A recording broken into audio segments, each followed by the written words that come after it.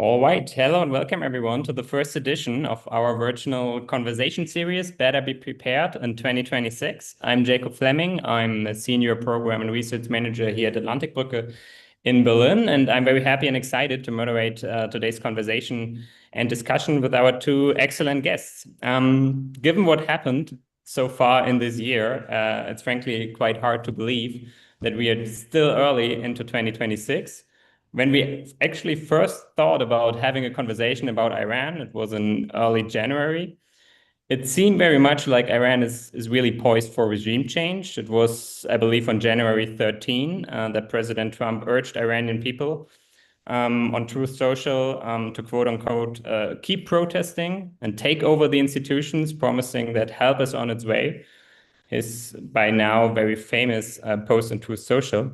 But just 1 month later, instead of sending help to the Iranians, who have seen now up to 36,000 of their people being murdered by the Iranian regime, President Trump brought the Iranian regime actually back to the negotiation table. We have seen this yesterday playing out in Geneva at the residence of the ambassador of Oman, where they discussed nuclear talk, but also other things indirectly at this residence. So a lot remains unclear at this moment in time when it comes to Iran, meaning that we have a lot to talk about today with our very distinguished speakers that I'm excited to introduce. We have with us Mariam Claren, who is a special representative and the head of Iran programs at the human rights NGO Havar, based in Berlin.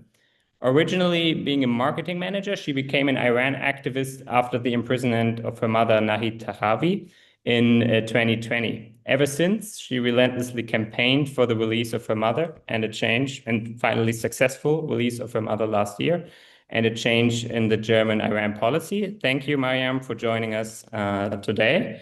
And from the other side of the Atlantic, from the Atlantic Council's office in DC, is joining us Kirsten Fontenrose. She's a strategic advisor at Systems Planning and Analysis, which is specialized on drone technologies and counter-drone systems. But she is also a renowned expert for the Middle East, obviously, currently holding the title of a non-resident senior fellow at the Atlantic Council's Middle East program in DC. And during the first Trump administration in 2018, she served as a senior director for the Gulf at the National Security Council.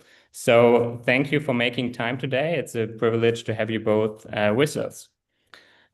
Before we dive right in, just a quick reminder to everyone joining us in Zoom. You have the possibility and the privilege to join the conversation by asking questions. You can do so throughout the whole session via the Q&A box at the bottom of your screen.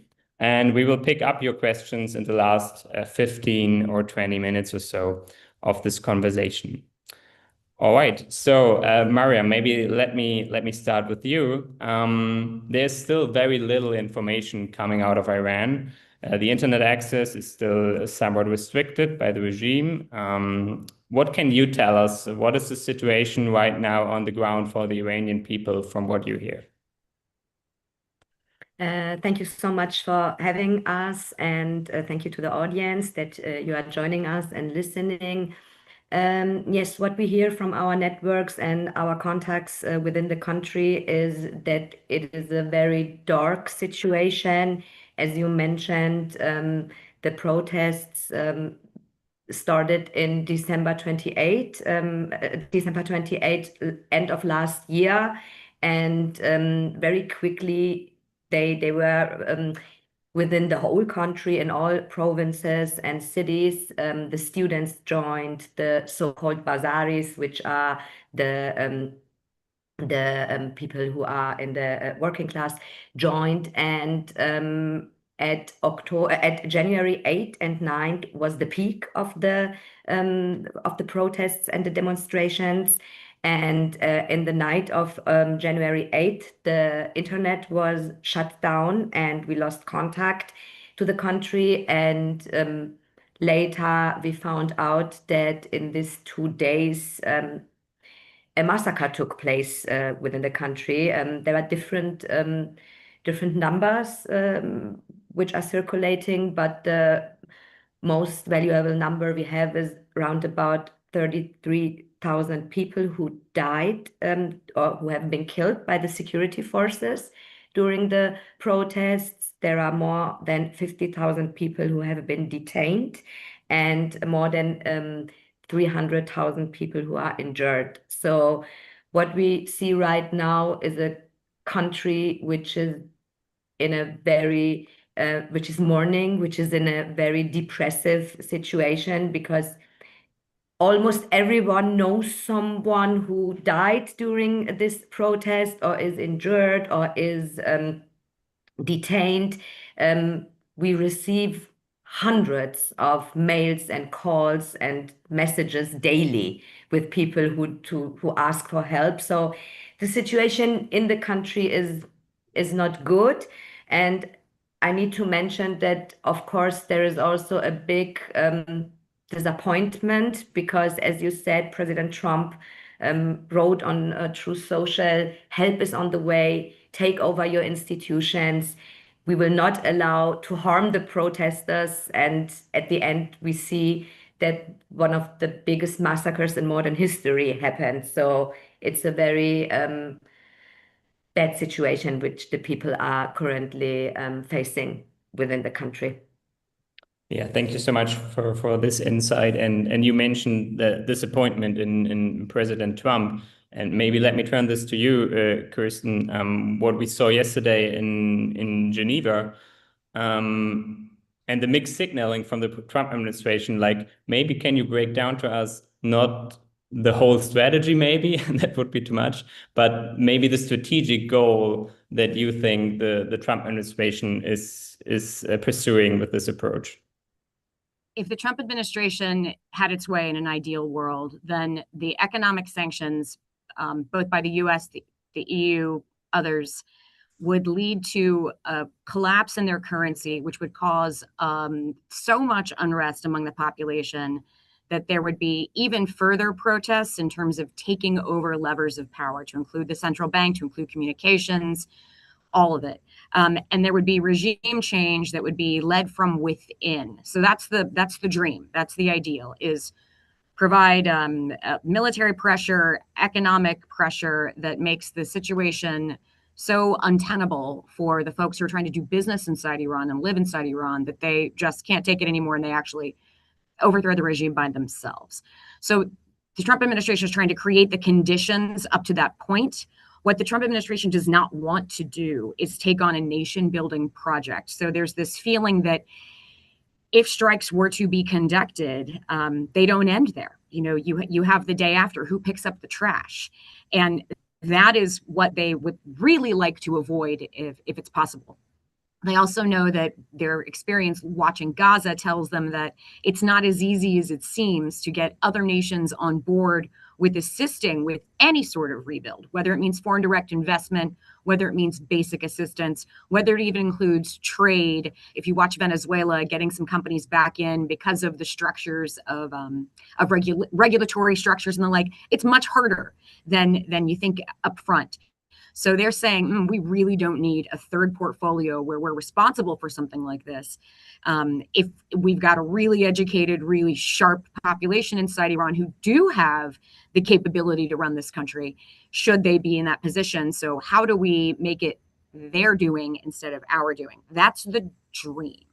And that's why you're seeing a continuation of talks. You know, the people shouldn't be discouraged by the continuation of talks only because it takes a while for a second carrier group to get out to the waters around Iran. And we had 2 carrier groups in the water when we conducted strikes in June, for instance. So putting everything in place to create a truly credible military threat, Iran knows what it takes. And they're watching how close the US is coming to that positioning. But that gives them more time to think amongst themselves, to sweat it out a little bit. The administration really is trying to give diplomacy a chance. It may not be that if a deal is reached, that it's a deal everyone wants. Trump is the president of the United States, not the president of the Iranian diaspora or the Iranian population. So the deal may not make everybody happy. But if there is one, that would be the way the administration would prefer to go rather than a strike. Maybe just a quick follow-up on that. Like you mentioned, they give diplomacy a chance. And we heard yesterday from the Iranian foreign minister that they agreed on some guiding principle or something. But how do you think would a deal look like, and how would it be different from the deal that the Obama administration made together with the Europeans back in 2014, 2015, and a deal that President Trump pretty much campaigned against? So the deal won't look anything like that. And there are a couple of reasons. One, that was nuclear only, and this president doesn't feel like it's in his interest to make a nuclear only deal. That is what Iran has been putting forward because that's their sweet spot. You know, they've had success with that. Let's talk about the nuclear program. Let's drag it out. Let's stay at the table while we continue to arm and fund proxy groups. We saw recently the Turks foiled a plot for drone operations against a joint U.S.-Turkish base at Incirlik. We've seen interdictions of arms and funding continuing to go to Hezbollah and Hamas. We expect as well the Houthis. So if you're Iran, this is great. Keep America at the table, which also means you keep Israel on a leash because they're unlikely to take unilateral action against Iran while the U.S. is engaged in talks. Now, if you remember from the June strikes, the president of the United States had indicated that they would consider coming back to talks. They were setting dates when the strikes took place. So Iran is also smart to be aware that promises of talks don't necessarily mean safety, because this administration has seen through that playbook of keep everyone at the table while you continue from Tehran your what are considered nefarious activities. And it keeps you safe, keeps the regime in place while they bolster themselves. So this administration in the U.S. is not likely to go for that. They're not likely to fall victim to that. Witkoff and Jared Kushner are continuing with diplomacy, but the way a deal is being talked about is enrichment levels so low, Iran is not agreeing to it. Missile program containment at a level so low, Iran is not agreeing to it, although there are some new discussions on that. We can talk about it if you'd like. And then Iran is trying to sweeten the pot in ways that it thinks the U.S. administration may find attractive. So suddenly we have discussions about oil and mining deals, aircraft purchases, civilian aircraft purchases. They're looking at ways that they've seen other countries have tariffs lowered, have made deals with the U.S. and thinking, if we can make this in Trump's bottom line best interest in terms of American domestic goals and economic goals and countering China goals, then maybe we can survive. And believe me, that will be given consideration. As I mentioned, Trump is the president of the U.S., not of the Iranian population. So it might be that you could wind up with a deal that checks some of America's boxes, but doesn't necessarily check human rights boxes in Iran. So Marian, let me turn this to you. Like, this not checking human rights boxes doesn't sound like something you can approve of. But how do you look at this prospective deal and what is going on with these negotiations? And how do the Iranian people look at this? Of course, as an expert, we understand that human rights issues are not the topic of talks between world powers, between the U.S. and the Islamic Republic. But the timing is somehow painful because, as I mentioned before, the whole situation within the country, all these, I would say, empty talks about help is on the way, etc. And the next thing we see is that negotiations are going on. And the Islamic Republic plays very well with this kind of talks to dominate the narrative. So they act as if they have legitimacy within the country, and the US is talking to us. We even see counter threats through the supreme leader. He was yesterday, it's really funny. I see Kirsten is also laughing because they always do this counter threats like, oh, they are bringing their aircraft carriers and their warships, but we have some weapons that will destroy everything, blah, blah, blah. We all know that they're in a weak position. We all know that they need these talks. That also, as Kirsten said, it was very interesting to me that they opened somehow the space for economic relations with the United States, which was always a taboo, and that they are still talking to them, and they are producing these pictures from Geneva, and how they are sitting there with the Omanis. What is painful for the people in the diaspora and for the people in the country is, of course, the kind of legitimation for the perpetrators. Because, as I said, we saw one of the biggest massacres in the modern history, and the diaspora is asking for getting them to court, more sanctions. We will talk, I'm sure, about the IRGC listing on the EU level later, etc. And on the other hand, we see that they are sitting with them and they are legitimating them. We know what the Iranians want. They want sanction lifting at the end. And this is also what they're talking about. So it's a very ambivalent situation, because of course we understand that these talks are necessary on the interest side of the US. I also agree on everything Kirsten said about why US does not want to strike. That makes absolutely sense, or they want to avoid a war. But on the other hand, the people are desperate, you know.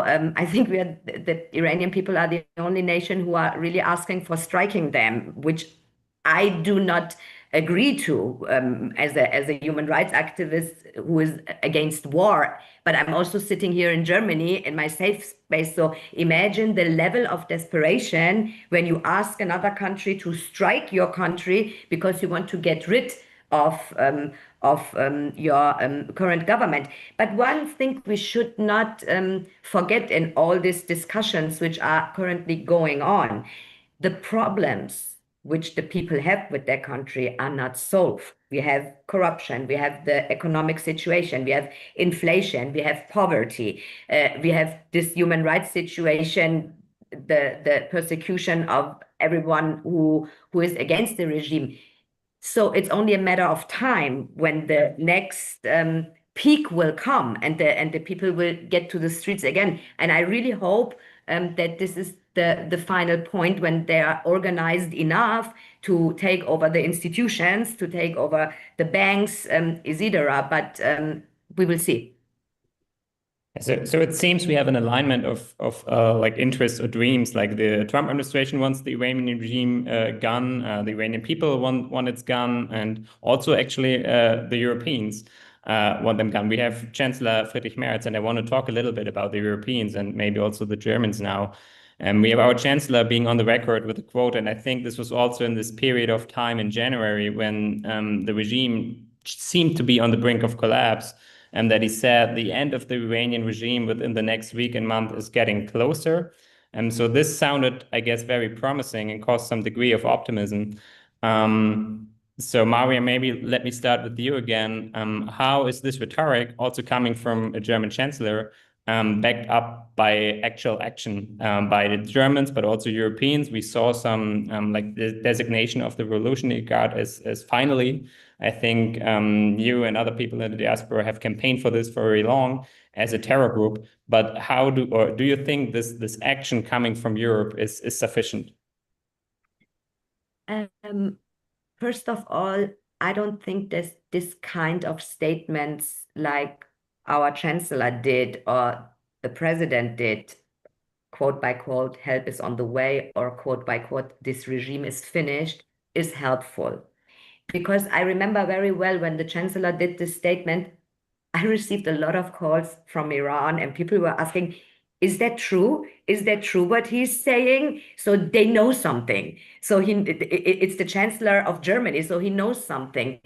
And at the end, it turns out nothing happened, not in short term. So I don't think that these statements are helpful. But if we want to look at the European Union, 3-4 weeks earlier, I would say they did nothing. But the designation of the IRGC as a terror organization is something we have been asked for since years, and this is a very good step for holding the regime accountable, and especially holding the main force within the regime accountable. Most of the people refer to the Islamic Republic as the Ayatollah regime or the mullah regime. I don't like this term, because this would mean there are only these religious clerical people who are ruling the country. But we have this powerful organization named IRGC, and these are not ayatollahs or mullahs. So designating them as a terror organization is a good first step. But the European Union and the member states need to take the actions after designating them. So that means that the financial networks need to be destroyed, that the people who are working with the IRGC or members of the IRGC need to deport or need to be investigated in their cases. So we hoped, or we will work on that it's not only a symbolic act, so that the member states also act after designating them as a terror organization.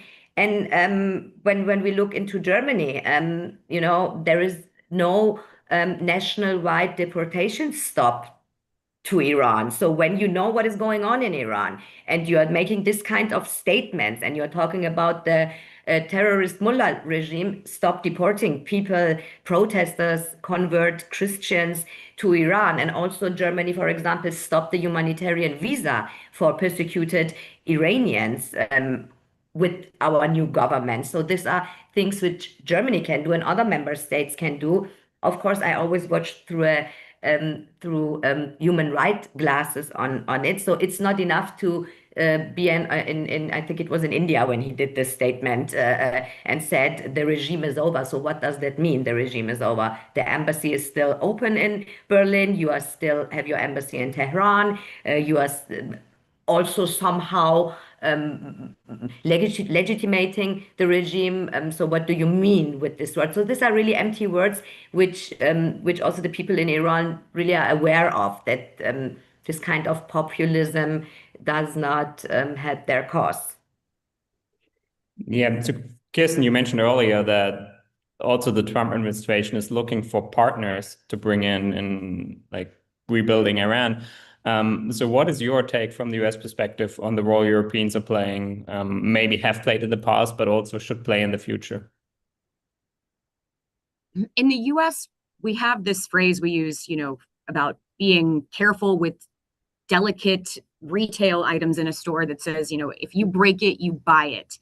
And that is what is being thought about here as the scenario for a post-collapse Iran. If the US, if Europe, if the Gulf states are party to any sort of regime collapse, then the problem belongs to them. So the US will be looking for Europe to participate in really robust and multi-scenario contingency planning.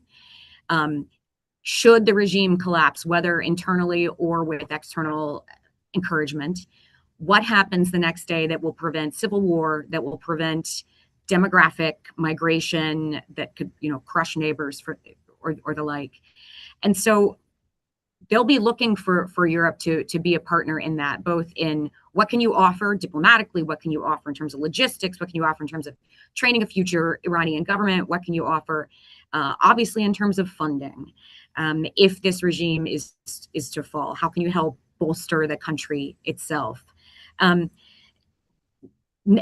Before World War II, if you went in and took out another country's government because that government threatened you, you kind of looted the spoils and went home, or maybe you even took over that country and they paid you taxes. But now there's this requirement to sort of sensitively rebuild the entire country, and no one wants to touch that, which is part of the hesitation right now on the part of the US in terms of strikes, and even on the part of other governments to allow things like flyover to enable strikes.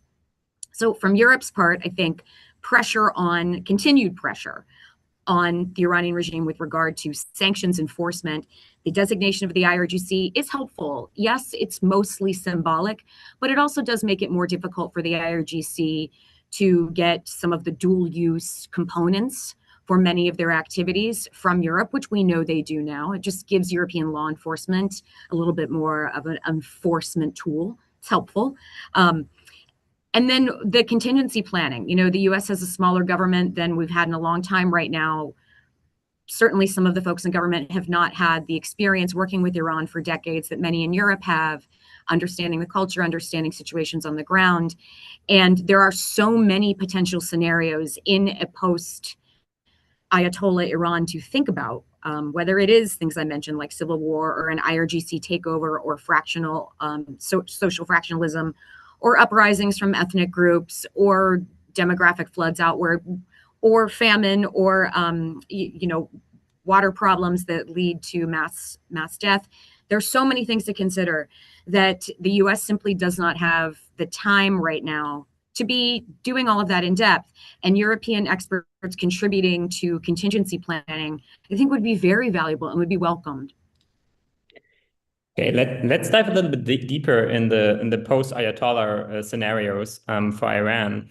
I mean, one figure, and we talked about this briefly before we started this conversation, is Reza Pahlavi, the son of the former Shah, and he did a lot of lobbying in Washington, and he was at the Munich Security Conference last week. There was this huge demonstration of more than 200,000 people in Munich.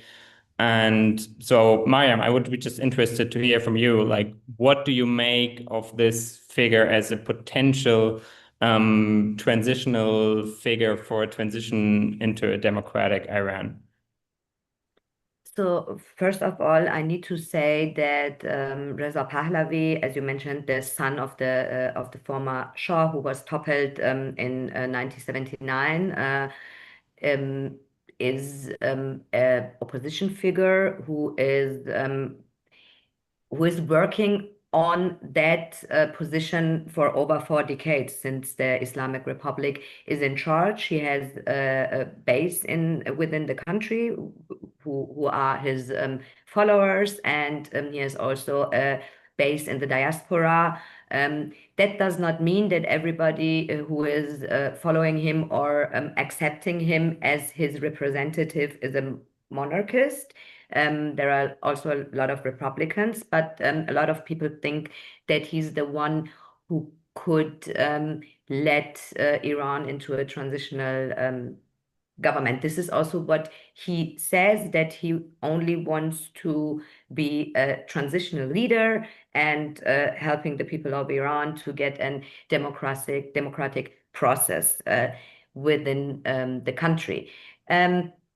Of course, there are a lot of question marks also surrounding him, especially about the ethnic minorities. And when we talk about minorities, in Germany, in Iran, we have a multi-ethnic country. So we have, for example, 10 million Kurds living in West Iran, and by referring to them as armed groups, or some of the followers of Reza Pahlavi accusing them of being separatists, and that they do not identify themselves as Iranians, this is a huge problem. And this is not only a small problem, because it's a very strong force within Iran. Let me remind you that after the death of Gina Amini in 2022, which led to the Women Life Freedom uprising. Women Life Freedom means Jinjian Azadi, and it comes originally from the Kurdish struggle of Rojava. So the Kurdish forces are a very resilient force within the country, and by separating them from the movement, for example, their flags were not allowed at the Munich demonstration last weekend. I see a problem in this kind of dividing the people.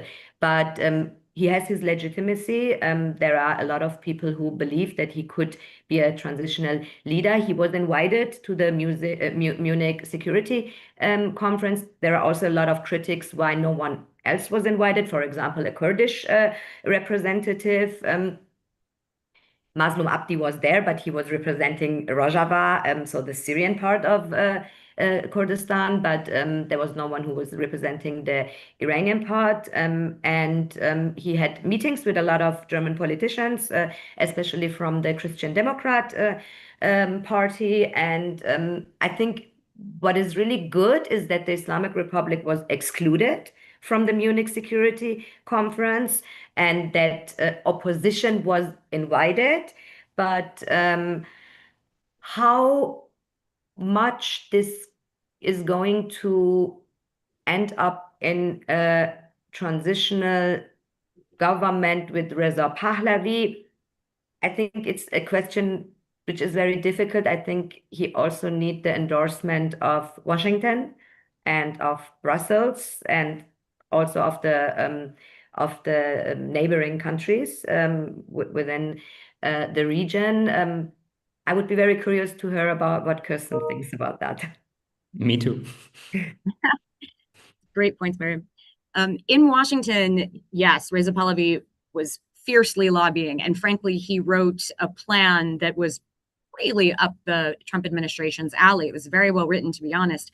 I was almost surprised that he didn't get more traction than he did. But some things that contribute to that are that, one, Washington is lobbied by many, many groups. You have not only diasporas supporting Reza Pahlavi, you have diaspora supporting the MEK, and then you have factions that come supporting groups inside Iran. You have business owners who come. You have a faction coming that supports teachers and former IRGC members. You know, you have all of these sort of differing factions.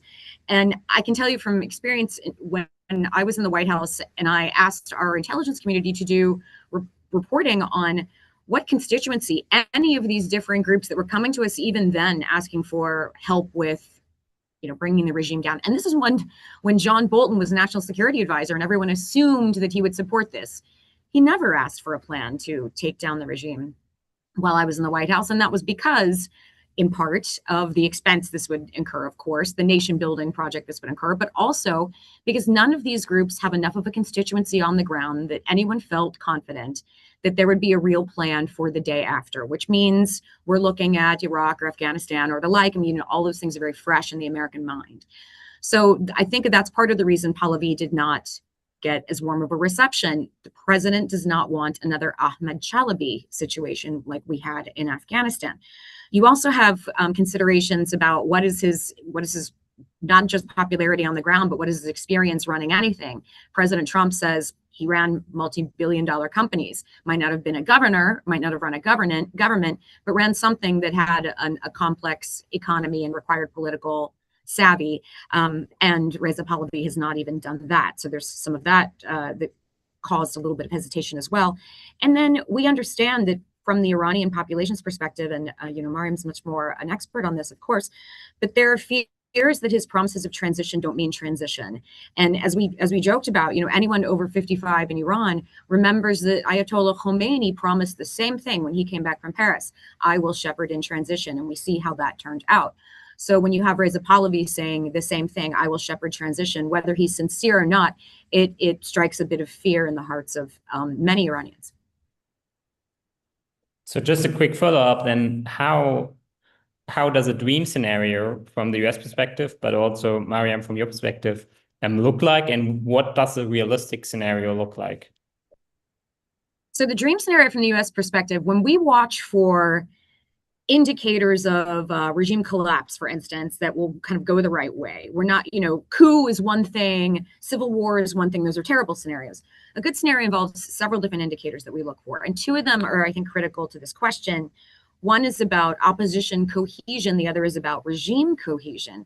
And in terms of opposition cohesion, the dream scenario is that you see a charismatic leader emerge, potentially, or a group of charismatic leaders emerge, who have the support of a majority of the population on the ground to the extent that they would be supported the day after, without the predominance of energy the day after being spent on arguing and resource battles within the population. You want a person or a group to come into power at the helm where everyone breathes a sigh of relief and says, we can get behind them at least for a little while. Right? We can allow them to kind of take on this transition, and we will support it with our own activities, whether that's intergovernmental, private sector, whatever you have it. We don't right now see a unified opposition at all. And we have not for at least the 9 years I've been tracking this very closely and talking to opposition groups. Not to the extent that, again, there would be enough popular support that that group or person would have the opportunity to make reforms in any way that would be implemented with support of the group, with support of the population. And then in terms of elite cohesion, the protests we watched be put down pretty much in 3 days across the country, which speaks to a security and political network that is pretty solid, and that's very concerning. We saw political opposition groups speak about the grievances of the protesters and the need for the government to address those, which they've done in in previous opposition uprisings, and they have addressed them. This time they have not, but we haven't seen pure defections. We haven't seen any IRGC members, for instance, or MOIS leadership, or even political leadership say, I am opposed to the regime. The regime needs to just step down and take a golden parachute, and we need to have a new governance structure for Iran. We haven't seen any of that. We also don't have real confidence that the conventional military, the Artesh, would side with the people. For instance, if the IRGC were to take over, if the Ayatollah passed away and there was chaos, or if the regime were to be taken down, where would the conventional military and all of their small arms and the like fall out in that, on the side of the population or on the side of the IRGC? And without that, it means that this dream scenario still has a ways to go. Mariam, do you just want to dive in on that? I pretty much agree on everything Kirsten said, even if this is the dream scenario of the US. Of course, this is somehow also our dream scenario, because one thing is clear: the majority of the people of Iran wants to get rid of the Islamic Republic of Iran, of the Ayatollahs, of the IRGC. But what we did not see in the recent protests is that a majority of, for example, the security forces side to the people. Kirsten mentions the MOIS, which is the intelligence service of the Islamic Republic. The security forces are still working very, very good. We talked a lot about the weakness of the Islamic Republic on an international or even on a regional level. They lost a lot of proxies. They were attacked by Israel, but the domestic repression still works. And we saw that they are able to kill so many people in 2 days and to crack down the protests on any cost. So shutting down the internet. So what is still missing? So to talk about the dream scenario from my side is, of course, that there is somehow also a collapse within the power. So we know we have different power structures in the country, but a collapse within the power structures of I even do not think that the death of Khomeini would change, because I think they are prepared to have someone who will take his be it his son or someone else. But I think they have played with this scenario. So they are much smarter than some people in the West sometimes think, because they have all these structures.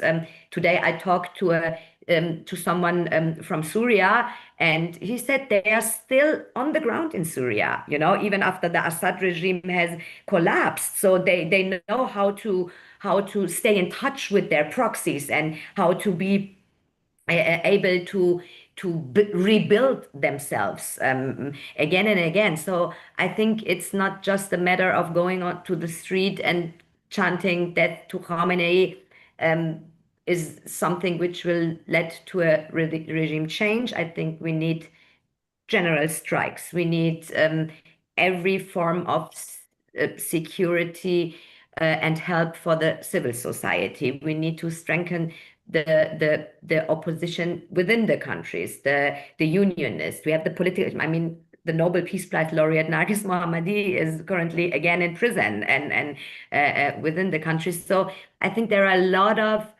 aspects who could lead to a regime change, or I prefer the wording revolution, or toppling the regime, overthrowing them, which we have not seen yet. But one thing I'm sure is that it's a matter of time, because what we all know is that the people of Iran, the majority of the people of Iran, do not want this regime anymore. Yeah. So I see we already have some questions in the chat, but before we come to that, I just want to really quickly talk about the geopolitical implications. You briefly touched upon the Kurds, you touched upon Israel's interest in the region, but obviously, and you had a really interesting piece for the Atlantic Council last month, Kirsten, like making the Venezuela-Iran link. So the Ayatollahs obviously also have a very good relationship to Russia. There was Iranian weaponry in the Ukraine war. So what implications does this situation in Iran have for like maybe the great power rivalry, but also for the regional stability in the Middle East?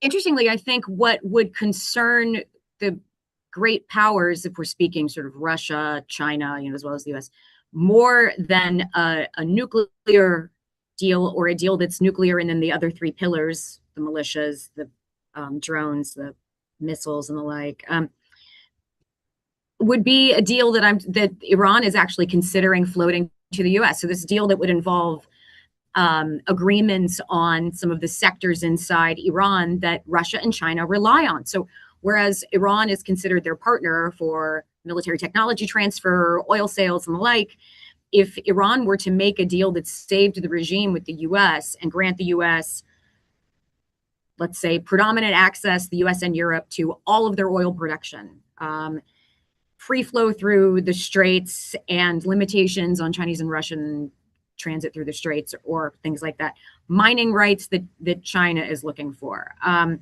agreements not to sell any sort of military technology to Russia and China, although I think Russia sort of got the Shahid blueprints and doesn't care about Iran anymore, to be honest. But that, I think, would concern the great powers more than a traditional nuclear deal, which I think they've been in favor of. No, they've been in favor of for the most part.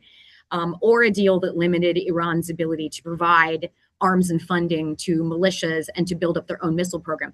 They don't find those threatening. It's not really a problem. They don't care if the US and the West expend their time arguing with Iran about limitations on those, and they don't care if Iran's limited on those. But any deal that winds up granting the US any sort of access to natural or other resources inside Iran that they count on, then I think you see them sit up and worry.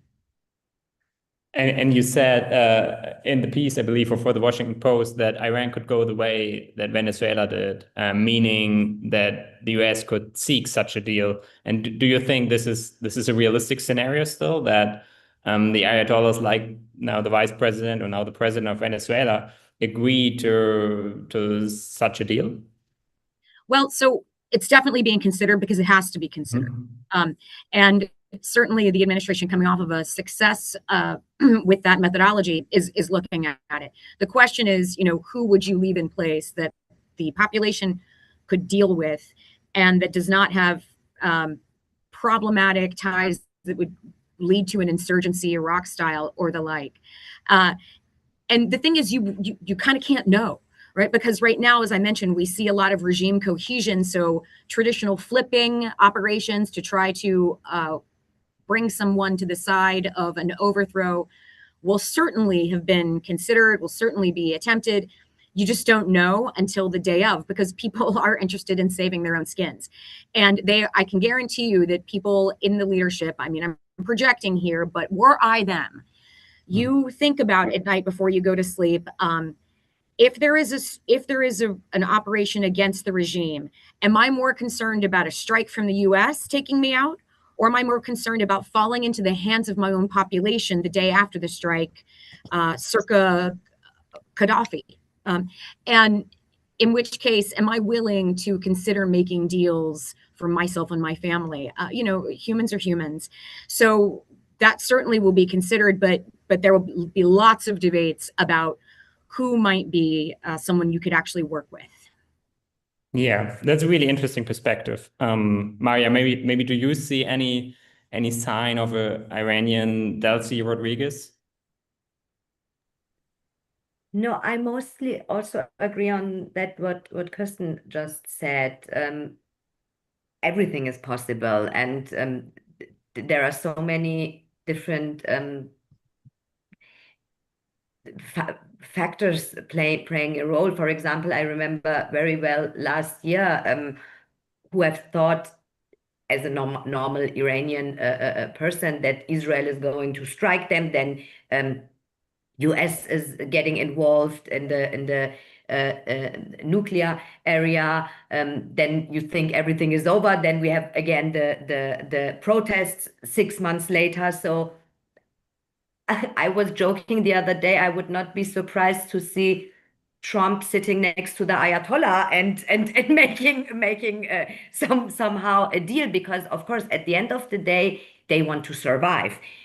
They want, first of all, they want to survive as the Islamic Republic, but second, as Kirsten said, they want to survive as humans. So at some point they need to do some deals, or I'm sure there are also within the government people who maybe are talking to the Western governments about this kind. One thing I just wanted to add is it's not comparable to Venezuela, because even if the vice president would be in charge, that would mean in the case of Iran that Pezeshkian would be taken away. He has nothing to say. So we have the administration, which is right now Pezeshkian and Araghchi and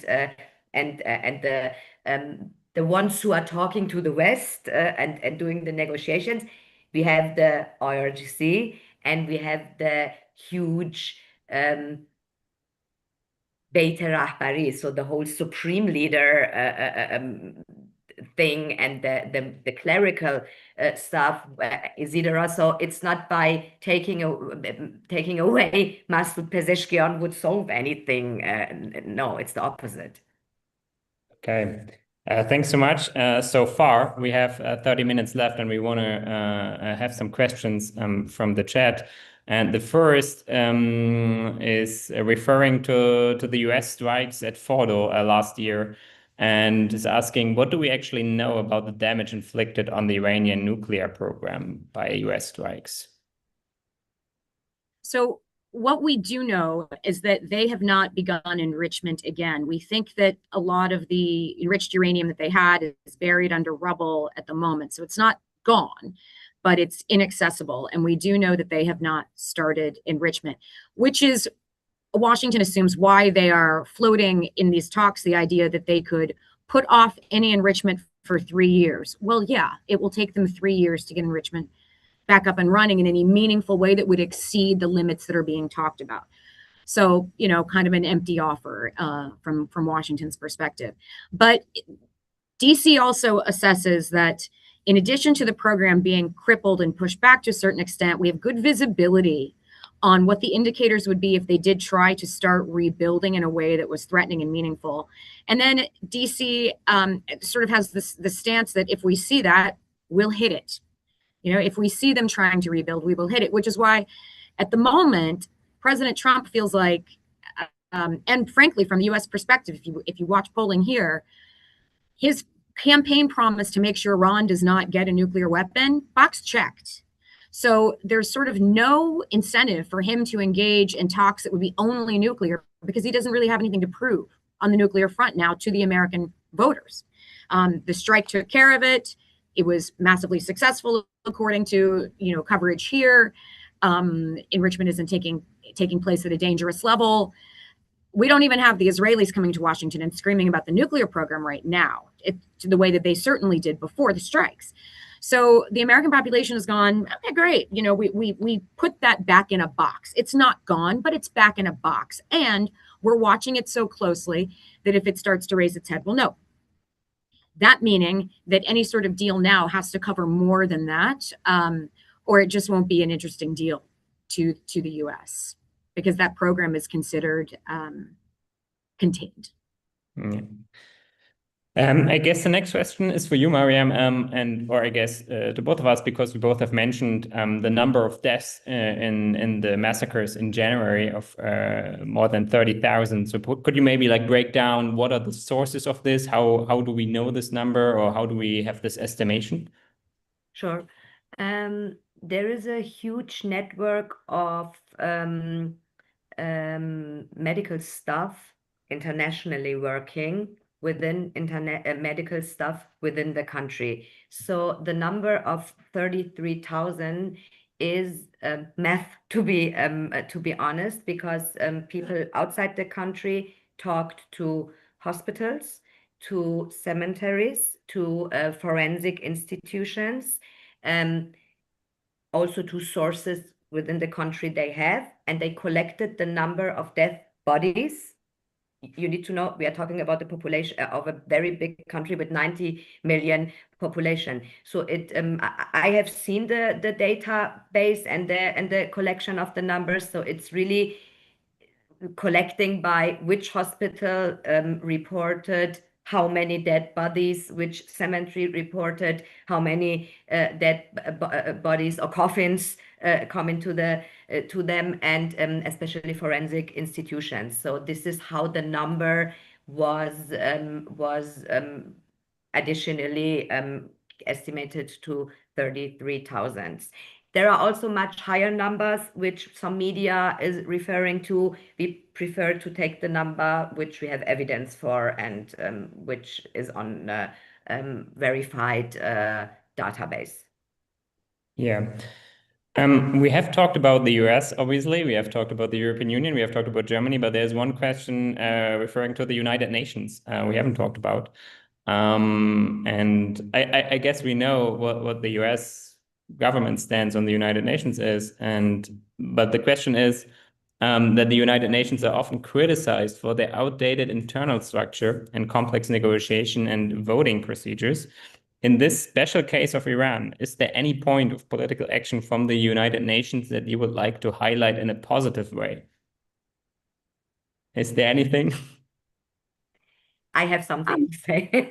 We have the UN fact-finding mission on Iran. This is a fact-finding mission which was established in 2022 after the Women Life Freedom protests, and it was actually Germany, our former foreign minister Annalena Baerbock, who really advocated for this fact-finding mission. And this fact-finding mission is collecting data, talking to victims. We work very closely with them. They have every year a report. They came 3 times to the conclusion that crimes against humanity are going on inside Iran. Their mandate was recently extended after the January crackdown. Also, the mandate of the special rapporteur on the human rights situation on Iran, Mai Sato, was extended. So this is the least thing we can accept, and we are happy to connect victims with the United Nations mechanisms and to document the human rights violations and abuses for any future accountability processes. Do you have anything to add, Kirsten? On the I would United just, Nations? there's a joke that Washington kind of doesn't care about the actions of the UN, but what's important here is that Iran does. It does see the UN as a legitimizing body. So resolutions that look to limit their problematic activity, like, do make it clear to them that they have lost plausible deniability in many cases, whether it's with regard to their proxy activities or militias, or drones and missile programs. So any resolution that condemns those or tries to limit those, it does take away some of Iran's diplomatic talking points, which is helpful and relevant. But realistically, as long as they have top cover from China and or Russia in the Security Council, then any action aimed at actually limiting those activities domestically or abroad won't have teeth. But Miriam's point about the fact-finding mission is really important as a legitimate, credible body that's making international populations and governments aware of ground truth in a way that they then have to consider in their own foreign policy. So there's one more thing. I think we touched briefly on that already in our conversation the past hour. But the question is, how could the economic situation of Iran be leveraged by sanctions to create the path towards a regime change and to lay the foundation of bitterly needed economic reforms in the country? And Kirsten, I think you touched already upon this. Maybe you can just elaborate a little bit further on that. Sure. I'm going to do the whole, I have a problem with the premise of the question, because assuming that sanctions can lead to regime change, I think is a leap of faith. So far, over many years, they have not, right? And if they do, then economic reform will, of course, be part of the aftermath if the entrenched IRGC does not seize control of the country in the absence of another network that's prepared to take control of the levers of power across the country. including gaining the trust and support of the conventional military, as we talked about. So the dream scenario being that sanctions enforcement, in addition to trade restrictions, like Germany itself is 1/3 of the EU's trade with Iran. So they really have limited it to agricultural products, things like rugs, not problematic, but you could see Washington say, okay, Germany, we know this is really trade that's so small it's almost negligible, but if we're really going to put the screws on, we need you to stop importing dates or something like that. There are spaces where sanctions and economic levers could perhaps provide a tipping point. But so far, with the degree of economic sanctions that have been put in place already for years and years, and the evasive methodologies we've seen from Iran with partners like China, we haven't been able to deliver a death blow yet. So how much more can we do that won't disproportionately damage the population's ability to conduct business and to survive, that would be meaningful in terms of regime survivability? Big question. I haven't seen an answer that says, yes, they could be that impactful. I hope I'm wrong. You have anything to add, Mariam? No, I think this is a very brave what Kirsten said, because most of the people do not want to hear that. They are searching for any kind of tools to use them. But as we saw in the last, how much more sanctions, to be honest? We have the snapback mechanism, which was activated in September or August last year. We have a lot of economic sanctions. So I don't think that there are much more tools to use on this level to without putting much leverage on the population. This is also something which needs to be thought about. Through the glasses of a human rights defender, I would always prefer personal, individual sanctions on the perpetrators. So the people within the regime who are responsible for human rights violations, like judges, like persecutors, like security forces. This is something what the European Union already does. I think they should do it more. And also another tool which is, in my opinion, in our opinion, very important, is the use of the universal jurisdiction, which we have in Germany, for example, starting a structural investigation, which Germany did about the Assad while Assad was in charge. So when people of the regime are in Germany, they could be produced an arrest warrant, and they could be put on court. So these are more accountability mechanisms on a human rights violation level. But I agree with Kirsten that I doubt that there are much more sanctional tools to use to really make a change. Okay. Mariam, you raised a really great point. Just one final thought on that. The piece about applying sanctions individually to leadership. Europe for a while kind of wasn't really doing that. And then we saw some legislative changes that allowed them to apply international human rights law, even some counterterrorism laws, to allow victims of the regime who have European citizenship to then hold them accountable in European courts and the like. You probably know Guy Sunia, who's doing a lot of work on that in strategic litigation. And this is a way, if there is enforcement of this, it is a way to kind of bring the pain to the individual leaders versus to the population. Whether it's enough, again, to be a tipping point, unsure. But Miriam's point is wonderful, that it's a kind of a targeted tool that is fairly recent and really smart. Thank you. This was very insightful. I think we covered a lot of ground. We actually hit 5 p.m. or 11 a.m. Right on the minute or on the second. So let me thank you. Thank you both, Mariam, Kirsten. This was great. This was a great conversation. And thank you everyone for tuning in Zoom, for asking questions. Thank you everyone for watching this on YouTube. And I guess we need to, and we have to, and we will keep the conversation going, and in the coming days, weeks, month, maybe years.